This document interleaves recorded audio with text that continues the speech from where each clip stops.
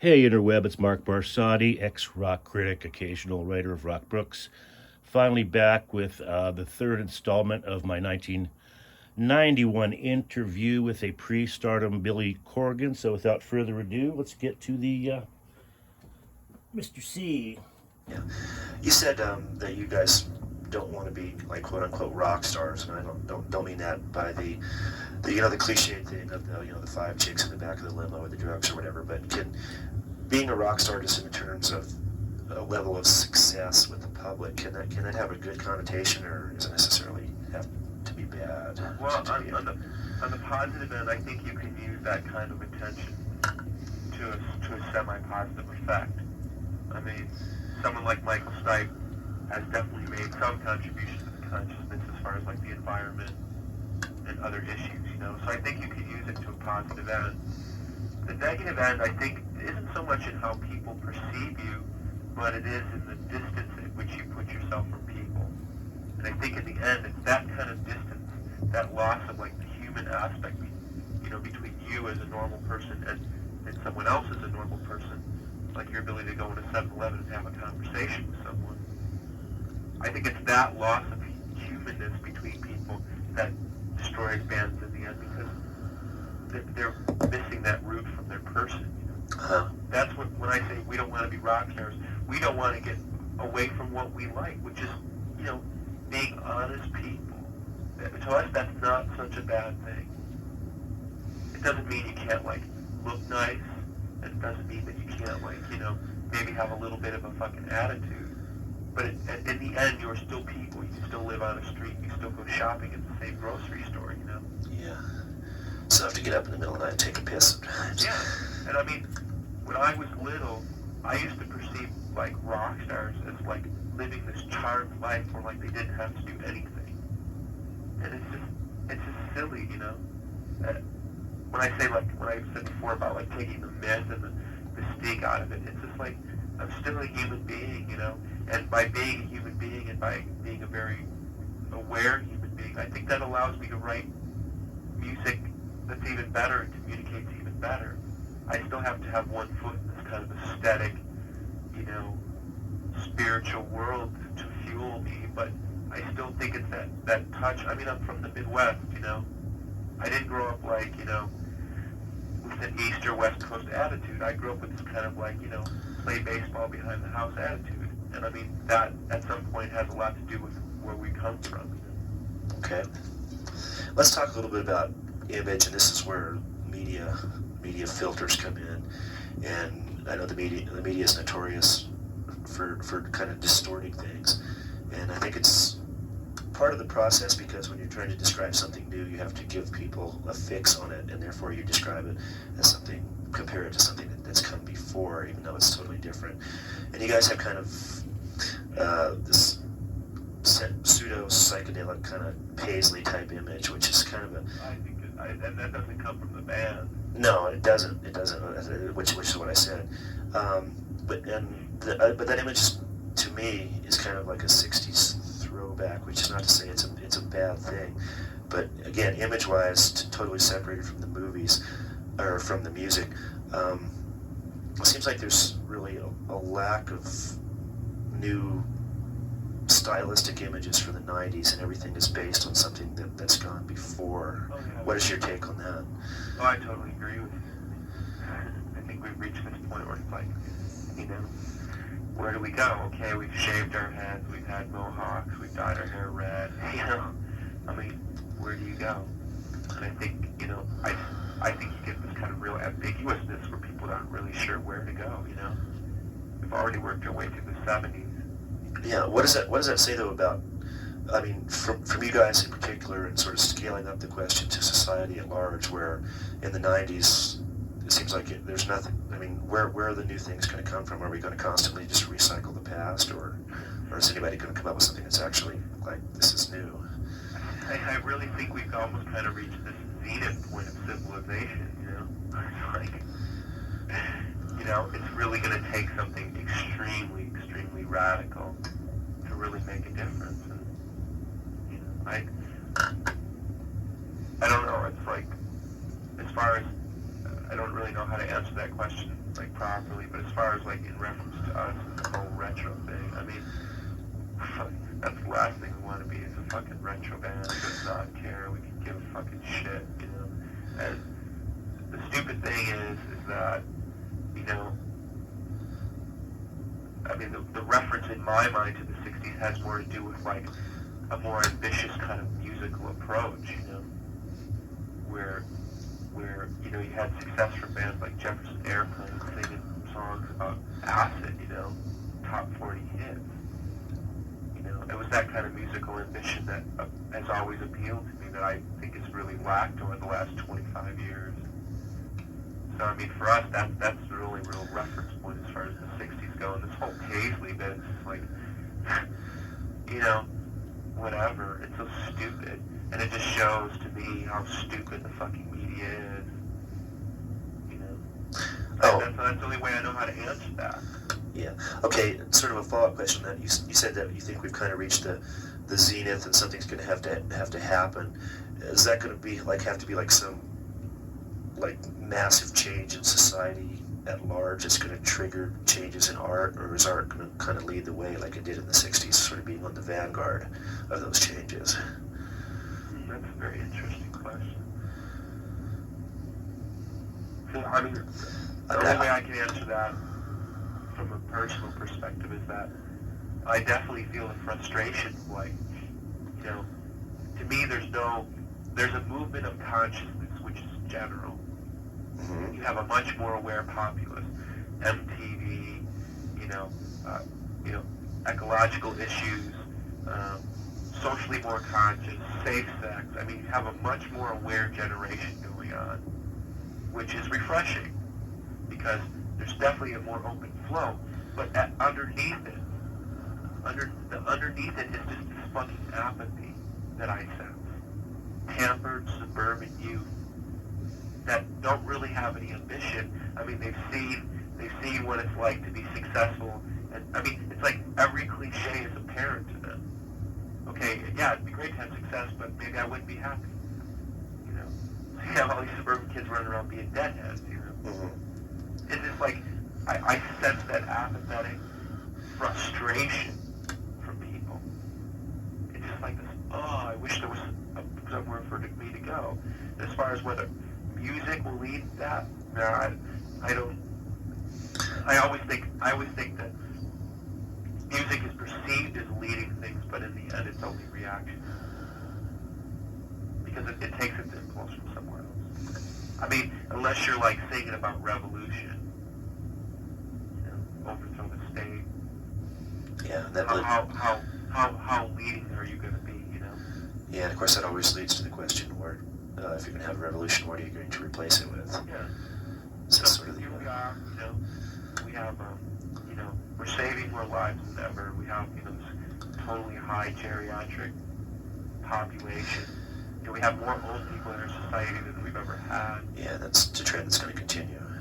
And, you know, you've got this strange shift where you've got this new consciousness up against this old guard value, you know, the 50-plus population trying to hold on to, you know, banning abortion and whatever else, you know. Except a lot of people that are getting to be 50s now were the original rock generation from the 50s and early 60s. So you have sort of It's amazing how they turn tail once they get a house. That's true. You know, To a degree, but they're out there cutting their yard perfect. Yeah, and yet on the way to in their three-piece suit on the way to the board meeting, they still might be listening to Chuck Berry on the CD player in their BMW. I think a lot of the values of the 60s are just, you know, not that they were great values, but I just think the message at the end was just completely lost. It had an impact in the sense that it was like the ass kicker. It opened up some door, and slowly but surely some of the information, some of the attitudes had filtered through. Yeah, and a lot of it's basic initial impact, I think, was just completely lost. Yeah, well, a lot of it's been co-opted by the giant entertainment machine that seems to exist in this country, which is to sort of dilute and recycle everything and turn it into nostalgia. Well, what I think of is I think of like some of my family who think that because they like, you know, they watch MTV every once in a while, they're being rock and roll.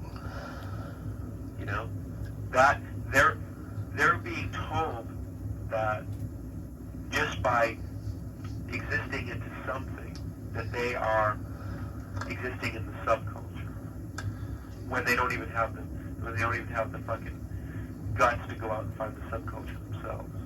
Okay, let's go in a couple different directions here.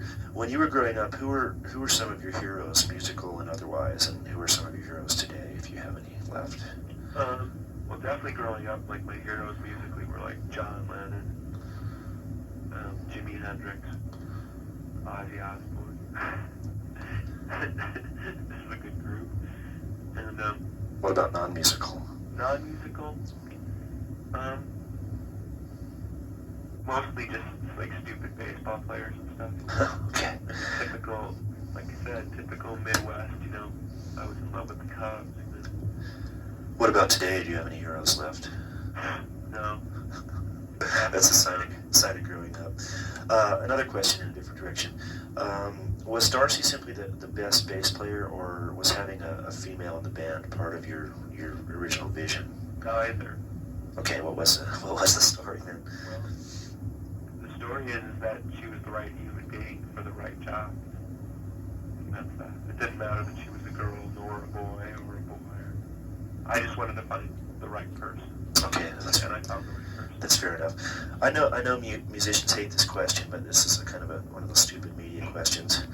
If someone put a gun to your head and said, "What kind of music do the Smashing Pumpkins play?" what would you answer? Emotional music. It's like defined more and more in my head every day that we as a band really aren't playing music to play music. We're playing music to feel, or to either become the medium for emotion or to be symbolic of the emotions we feel. In the end, to me, it's not about music. It's about like transference of some kind of energy. So the music is just a medium for the transference of energy. Yeah. So that's why I say it's not important for us to be defined as a rock band, a psychedelic band. It doesn't matter to us. We don't have a definition, and we don't even see why anyone else should. I know the business aspect of it, which is like it would help if we had a word that would kind of encapsulate what we do, so that maybe somebody could get it a little quicker. Well, yeah, it's easy for the marketing people that way. When you have a label, you can stick on it. Let's talk a little bit about some songs, and I don't want you to say like what is the song about, but just whatever you want to say about it, whether something about the writing of the song or whatever, just whatever you want to say about any of these songs, if anything. I'll start out with Snail. Well, see, I never talk about what my songs are about. So. Okay, well, I'm not asking you to tell me what. It's a difficult position to be put in. I'm not asking so much what it's specifically about. Oh, you mean just like some kind of reaction? Just anything that you want to say about it, yeah. About the writing of it or whatever. I would say Snail is probably the most realized song on the album. Most real life? No, Real life?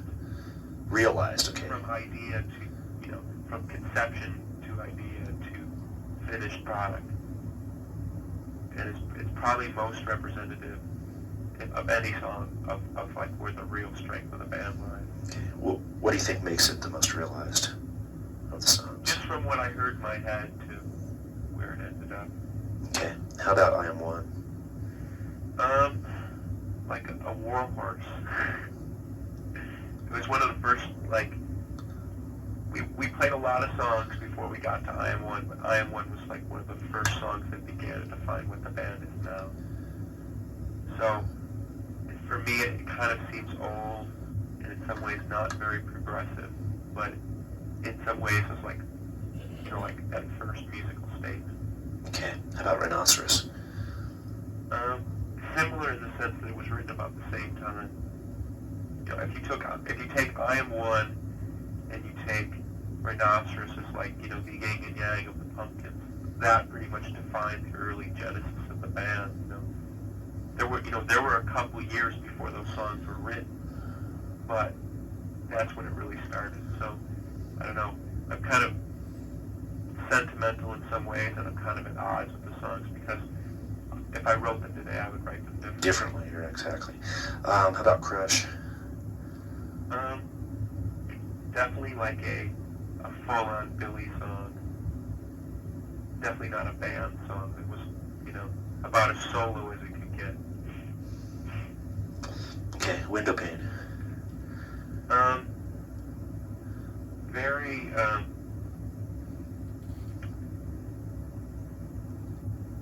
it's like that pretty much, as far as sonics goes, that's definitely where my head's at. The ability to transfer like space and sound into like 50 different things. Not the greatest song, but like a great vehicle to fucking be sonic, Okay. I guess this question sort of reflects of going back to the 60s and trying to tie everything into everything else, but is the title an LSD reference at all, or does that have nothing to do with it? Actually, it's not an LSD reference, but see that's like the whole joke in my brain, Give somebody a reference that seems so blatantly obvious that that's what they'll assume when it has nothing to do with it at all. Okay, that's why I asked the question. Nothing in Pumpkinland is as it appears, I really like to deal with people on like lots of different levels, and it's like, I'm willing to throw up this whole obvious bunch of sheen for people, and they can feed into that all they want, but they're the point is that they really want to look deeper. I'm not singing about drugs at all. That's what, that's the whole point. But if they want to interpret it that way, that's up to them. Yeah. Okay. Most, and I even hate the term alternative, quote unquote, because it really says nothing except that, you're not a heavy metal band, or you're not a 60s dinosaur band, or whatever. Yeah, but for lack of a better term, most quote alternative unquote bands, particularly the ones that again, another term I hate, quote unquote, make it, but we'll use that for lack of a substitute term, have a message that they're trying to present, be it social, political, personal. Do you have a message at all, except what's there for what people to take? And if so, what is it? Well, go ahead. Pumpkins is like, or at least me personally, I don't know, I'm not cause-worthy, but I'm an example of what, a disastrous life or a potentially disastrous life can turn out to be, I'm not saying this for like some 30-second sob story, like I could have been a loser and I'm not. But the thing is that I listen to myself. I shut out everybody at some level, my parents, school authority, everyone, and heeded the voice inside myself and realized that my own happiness was a lot more important than anyone else's happiness. And by following that voice, I've realized, the potential of my life, and now it's like completely wide open. And I'm a much happier person. Not to say I'm happy, but I'm much happier than I ever would have been. I feel like I'm alive, and that at its core is the great thing, symbolically about a band. So we have no message except just fucking be your person. If you're meant to be, a book writer, or you're meant to be a carpenter, there's nothing wrong with that. Heed what's inside you, And I just saw somebody I haven't seen for about 6 years, and she was telling me how she works with fabrics. That's all she does. She's so happy and so fulfilled because she's doing what she wants to do, and her parents want her to be a lawyer, and it just sounded, it was like the same story, fill in the blank with a different thing. Right. Rock fabric. The point is that this person has shut out outside influences and listened to what they really wanted. And it's so beautiful, and that's the way it should be for everyone. And a lot of the problems in our world have to deal with frustration. Mm-hmm. Frustration comes from the difference between what you want and what you got. And there's so much frustration, especially in youth. They're so frustrated, and it's like it comes out at these shows like you wouldn't believe. Waves of fucking hate absolute hatred and just anger. They just want to bash somebody's head in. They don't even know why. Yeah. And that's to me, that's so symbolic of what it's like to grow up in the suburbs, and all you saw around you was like lameness personified. Joe next door mowing his lawn. Yeah. Was so fucking important to him. And everybody trying to conform to the image of what they thought they were supposed to be. The house in the suburbs and the 2.3 kids and the new car every 2 years and Right, the promotion. and they're not happy. And it's so amazing that you're given this opportunity, this God-given opportunity to be a thinking, free-will person, and you just fucking blow it. It's amazing. Right, well, it comes down to like you have, in cosmic time, you have like a split second on this planet, so you might as well figure out what you want to do and try to do it, because what else are you here for? Exactly. Okay, I've read an interview with you in this, and being in the press, I know that interviews aren't always accurate, so if this isn't accurate, let me know. But that you said that you kind of want to defy expectations and kind of musically go in maybe some different directions next time out. Absolutely. What have you got, being on the road, I know you don't have too much time to like write and think about things, but kind of in your head, what are you seeing as, what expectations do you want to defy and what directions do you want to go in? Well, it's kind of hard to explain because it's like expectations, at least from a close level with the band, are kind of subtle, You kind of smell them, And a lot of people would like me to write like a teen spirit, which most people around me know that I'm completely capable of. So you have that end of things. And then you also have this kind of expectation that we kind of mellow out a little bit. That we're a little too punk rock for our own good, at least as far as business is concerned. And I think the expectation at some level that we're going to fall flat on our face. There's something about being aggressive and self-assured that it's like at some level people almost want to see you fail. And that's not like the paranoid me talking. That's like me being very objective. You sense, people like to see you go up, and then boom, down to the ground. That's very true. So we have roughly like about half an hour written, very loosely, not even together. But the sound is definitely different. It's much more like impactful in a lot of ways that Gish wasn't. And I think it won't, in some ways Gish is very schizophrenic, and it'll be just as diverse, but it won't seem as schizophrenic. It'll seem very much more seamless. And the people that know me very well that I've played the new songs for, there's like this kind of thread that runs through the music that in some ways wasn't there on Gish. So, and as far as expectations go, we're just going to make an album that's just going to be so fucking amazing. So that's where my head's at. Okay, when are you guys going to be able to, when are you planning to be, get off the road and back in the studio? Well, we're on the road till March. Okay, so what, maybe sometime next summer?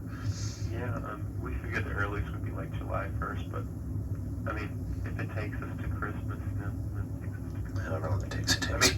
It's really conceivable that there may not be another album from us till like 1993, which to me seems kind of silly, but if that's how long it takes to make this album.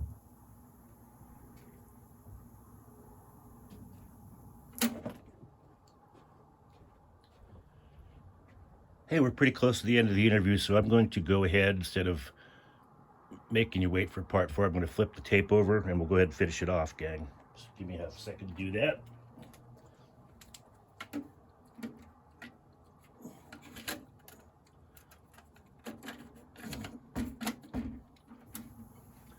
And away we go. So be it. You're going to give it a shot anyway. Oh, yeah. Okay, I'll let you get off the phone here in a couple more minutes. Scaling up, though, from the Pumpkins in particular to it's almost 1992, the state of rock and roll in general, what do you see about it that's good and what do you see about it that's bad? Well, the bad part of it is just that it's become like a caricature, It's literally become like this cartoon dance of what you're supposed to be, of that, what do they call it, controlled rebellion, you know? Mm-hmm. It's like we're punk rock, but we're really not punk rock. Yeah, well, there's... These have all been pretty much swallowed up. Yeah, well, there's There's really no true independent system anymore. There is, but it exists at a very, very small level. right. And again, there's 40 years of images and expectations to be played off of that people have already, assumed that this is. And the question is like, okay, how do you top, like, say, Let's Up? Okay, how do you top that, and/or how do you beat the myth of it? Do you see what I'm saying? Yes, I do. So how do you? You don't. You just play a different game. I mean, that's what the Pumpkins is about. We're trying to play a different game by different rules. We're forcing our record company to deal with us different. We're forcing, even in some ways, media to deal with us differently, whether they want to or not. I mean, I am a completely honest person, and I know for a fact that 9 out of every 10 people who do interviews are not honest people. They play the party line, and they say what they think they should say. I know a lot of things that I say are going to read wrong, come out wrong, probably hurt my career, but I don't fucking care because I've made up my mind that I'm going to play this game very differently. The Pumpkins is not about creating like this, this front, that we can hide behind. We have totally decided to go with the people that we are, flawed and, good and bad. Bad, yeah. And it's really strange. It's as simple as it sounds. It's a completely new thing to a lot of people. And I'm not talking about like guy on the street. I'm talking about music industry people. Yeah, they're used to having it, all the rules codified and having all things done a certain way. And somebody comes along and defies those expectations. I don't think they know how to deal with it. I mean, I don't want to sound like I'm fucking like from outer space because, we're not. We're still a fucking, band and we still play music. We still have to get up on stage. You know what I mean? Mm-hmm. At some point it's limited. You can only go so far because you're still in the same fucking medium. It's not like we're playing these new instruments in our garage. Still comes down to bass guitars, drums. Right. See. So as far as I'm concerned, there's only one definitely completely untapped element, and that is like spine, heart, and soul. Okay. Full on, whether people like it or not. Okay. Is there anything good about the state of rock and roll as we move into the middle of the 90s? Well, I think the good thing is that it's not as compartmentalized as it was. It's very common for someone to listen to rap. People I know listen to Public Enemy and Flint and Guns N' Roses, and Black Sabbath and Patsy Cline or, whoever. It's like, I think music is slowly reaching the point where it's not a big deal whether you like one genre or not. Yeah, skipping around more. It's like I don't know, maybe they feel they have more of a choice or it's okay to have a choice, I don't know. It seems like that 16-year-old stigma of I only like UFO is kind of gone out of music, somewhat. Yeah, somewhat. Not enough as it hopefully will. Again, in an interview I read with you, this gets back to kind of the business end, about when you guys first got together, about your weird relationships with a lot of other Chicago bands and how you were playing the game and came on real aggressive and everybody sort of either ignored you or hated you or didn't know how to react to you. Now that you're kind of up on a different level out with the Peppers, and I'm not talking about them per se, but you're kind of on another level, how are those relationships and interactions and attitudes with other people been now that you're up on sort of a different level? Absolutely fucking great. And that just totally shows me that the problems that we had were rooted in insecurity and had nothing to do with like music. I mean, to play with a band like Pearl Jam and to play with a band like the Chili Peppers, you don't even have to like all their songs and all their music, but both bands come from like this kind of soul-rooted source, and they're really good bands. So you have this, at least you have a respect on a level which says these bands have made some good decisions and are trying, and in the same respect, those bands I think kind of look at you the less insecurity at this level, and it's great because you can sit down and you can be human with people, and you don't have to play this fucking dumb rock game. Okay. Billy, I guess I'll just finish up with this. Is there anything that you'd like to say about anything about the band, the music, society, rock and roll, or whatever? Anything about anything that I have not asked you about that you would like to expand upon? I don't know, man. It's a fucking crazy world. And That's what makes it interesting, though. it definitely makes it interesting, but it's hard to. It's like I've shut off this whole aspect of my person as far as the world is concerned because I just can't deal with it. And I know, like Darcy and I feel very much the same way. It's like the world to us is so completely overwhelming. I mean, the rest of the world, you know. And it's just like it's kind of scary, you know. Oh, it's definitely a scary place. A lot of shit going on. A lot of it not very nice. So, you know, yeah, great. Let's play some rock. Stand in the corner and play some rock. It makes everything better for a little while. At least for 45 minutes. Well, hey, you know, you have to live in the present, so if you can do something that makes you and other people feel good for now, then, I mean, what more can we do besides try to make the now a little better? Well, you know, God gives you a little mission, and you just kind of got to go with it. Yeah. It's not to change the world, that's for sure.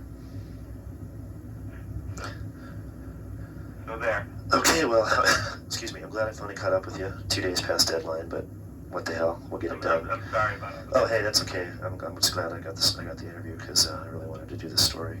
Otherwise, I would have told Carolyn to fuck off about a week ago. But anyway, I saw you guys at the garage when you were in Denver a few months ago, and that's when I became a major fan. And I'm looking forward to seeing you again. And That was a pretty weird show because, you know, we're playing it and we get towards like the last song and I look over and Dave Navarro's sitting on the stage. yeah, I heard about that. It's Yeah. like, it's just weird, you know, when stuff like that happens. Okay, well, I'm definitely looking forward to seeing you guys again in a couple weeks. Okay. And try to not let the road grind you down too much. I'm actually on the rebound, so Cool. And spank Mark for me. no problem. Okay, All right. we'll talk to you. Bye. Bye-bye. All right, I hope you guys enjoyed that Blast from the Past, 1991. If you did enjoy it, like and subscribe, blah, blah, blah, or not. And keep rocking, and we'll catch you next time.